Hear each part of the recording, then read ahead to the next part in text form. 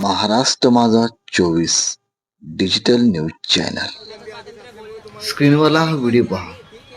साधारण हा तरुण 20-21 वर्षाचा असेल. हा पोलीस प्रशासनाला प्रश्न विचारतोय. कोकराच आंदोलनाने देशाला काय दिलं तर हे तरुणाला धाडस दिले. प्रशासनाला प्रश्न विचारण्याची ताकद दिली. त्याचबरोबर देशातील तरुण जागा केला. अक्षरशः अशा गोष्टी होत राहिल्या तर न्याय हा नक्कीच मिळेल सर्व जनतेला. मुळात हे धाडस नव्हतं. गेली 12 वर्ष हे धाडस कुठंतरी गुप्त झालं होतं. परंतु कोकराच आंदोलन ज्या पद्धतीनं दिल्लीत सुरू झालं, तरुणामध्ये ताकद आली. तरुण प्रशासनाला प्रश्न विचारू लागले. तरुण पोलिसांशी भिडू लागले. तरुण कायद्याची भाषा करू लागले. आणि हे कोकराच आंदोलनाचं फलित आहे.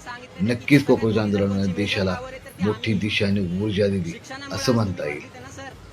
कोकराच आंदोलनाने तरुणांना कायदा बोलायला शिकवलं.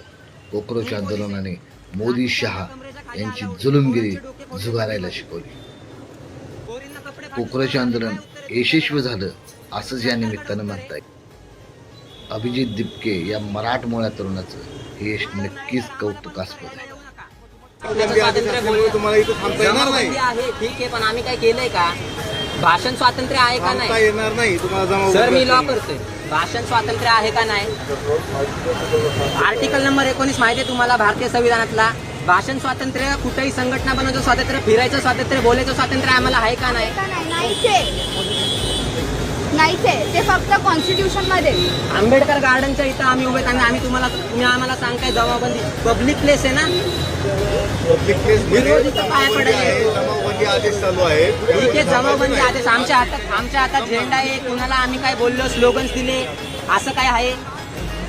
स्लोगन्स आम्ही उभे तिथं असं बघू शकत नाही इथं उभं राहून आम्ही.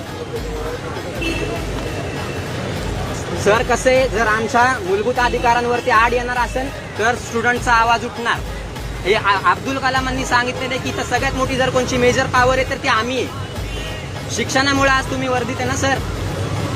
शिक्षणावर जर आवाज उठते तर का बोलायचं नाही? तुम्ही पोलीस आहे. लाठीचार्ज कमरेच्या खाली अलाउड आहे. पोरांचे डोके फोडले दिल्लीमध्ये. पोरींना कपडे फाटूस तर मारले. काय उत्तर आहे तुमच्याकडं? सरकारकडे उत्तर आहे? उत्तर नाही तर आम्हाला पण उत्तर घ्यायला येऊ नका.